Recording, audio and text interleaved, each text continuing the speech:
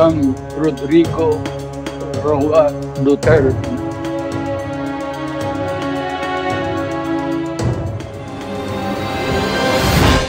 Magandang gabi po, Luzon, Visayas at Mindanao. Nananatili sa ospital sa loob ng ICC Detention Center si dating Pangulong Rodrigo Duterte, pero maayos naman daw ang lagay ayon sa anak niyang si Vice President Sara Duterte. Nakikipag-usap na rin ang bise sa mga dayuhang abogado para sa binubuo nilang All-Foreign Defense Team ng dating Pangulo. Kasunod yan ay bibitiw na rin sa depensa si dating Executive Secretary Salvador Medialdea. Ang latest sa The Hague, the Netherlands. Tinututukan live ni Mariz Umali. Mariz.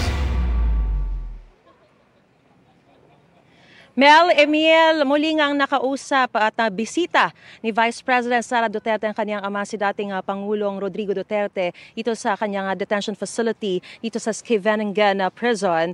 At dito nga ay pinlansya nila ang bubuo sa defense team ng kanyang ama. Pinauuwi na rin daw siya ng kanyang ama na nasa mabuti raw na kalagayan o kondisyon sa malahotel daw niyang kulungan.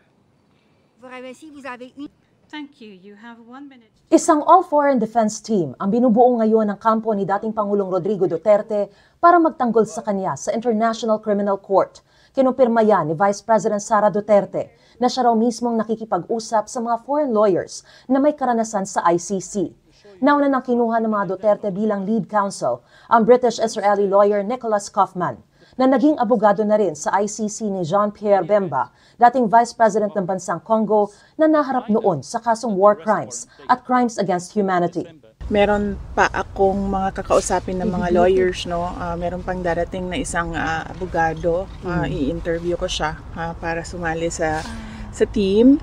Oras na maayos ang kanilang defense team, bibitiw na raw si dating Executive Secretary Salvador Medialdea na dinala sa ospital matapos sumama ang pakiramdam kahapon. And then once maayos na yung team for ICC, magwi-withdraw si Attorney Medialdea kasi meron lang limited na mga slots for lawyers, and we want all the lawyers on board na merong ICC experience. Bukod kay Medialdea, hindi na rin bahagi ng defense team ang vice-presidente na pinauuwi na raw ng kanyang ama.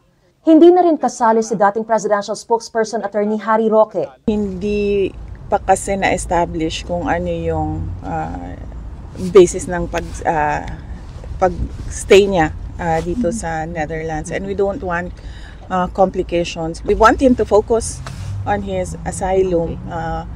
And then we want our lawyers to focus on the case. Kung nais pa rin daw ni Roque na tumayong abogado ng dating Pangulo, ay kailangan niya itong talakayin kay FPRRD. Hininga namin ng reaksyon dito si Attorney Roque, pero no comment muna ang kanyang sinagot. Sabi pa ni Vice President Sara, maayos ang lagay ng ama na nasa hospital part pa rin daw nananatili sa ngayon para ma-monitor ng mga doktor. Nandoon pa rin siya sa loob ng hospital, so hindi pa siguro siya on severe, base siguro sa assessments ng doctors niya. Pero mataas daw ang moral ng ama. Katunayan ay nakagawa na raw ng mga kaibigan sa loob ng kulungan. Sabi niya, wala din naman daw siyang ginagawa sa labas kasi hindi pa naman daw siya mayor. So might as well tumiram daw muna siya sa loob. So may na po siya, parang routine na po siya. So he can still make it, Is he enjoying? I have to tell you, he's charming. He's very friendly with people inside. So mayroon na silang banter eh. And then he said that he doesn't regret anything that he did sa pagtatrabaho niya para sa bayan, at nakita naman daw ng bayan kung ano yung resulta ng kanyang serbisyo para sa bayan.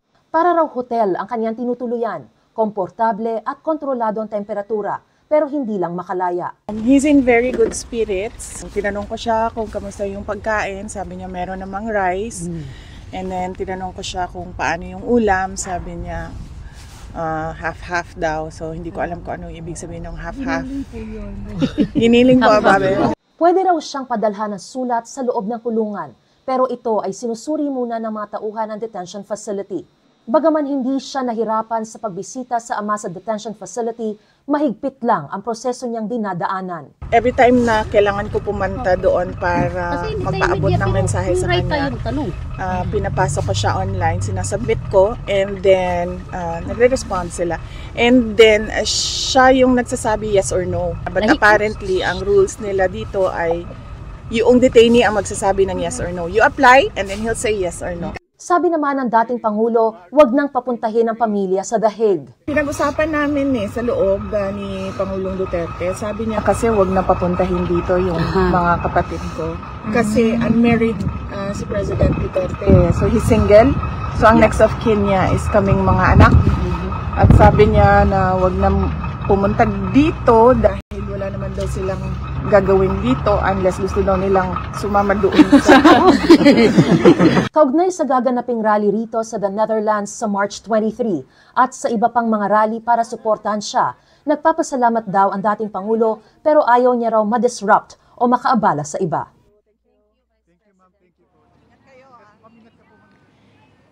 Emil, kaugnay naman sa latest na kalagayan o kondisyon ni dating Executive Secretary Salvador Medialdea na itinakbo kahapon sa ospital. Kanina lamang ay nakausap natin si Senador Robin Padilla. Nakabibisita lang din sa ospital at ayon sa kanya ay maayos naman daw ang kondisyon ng dating Executive Secretary. Siya ay nakakausap pero mukhang kakailanganin daw na manatili munang nakakonfine sa ospital sa ngayon.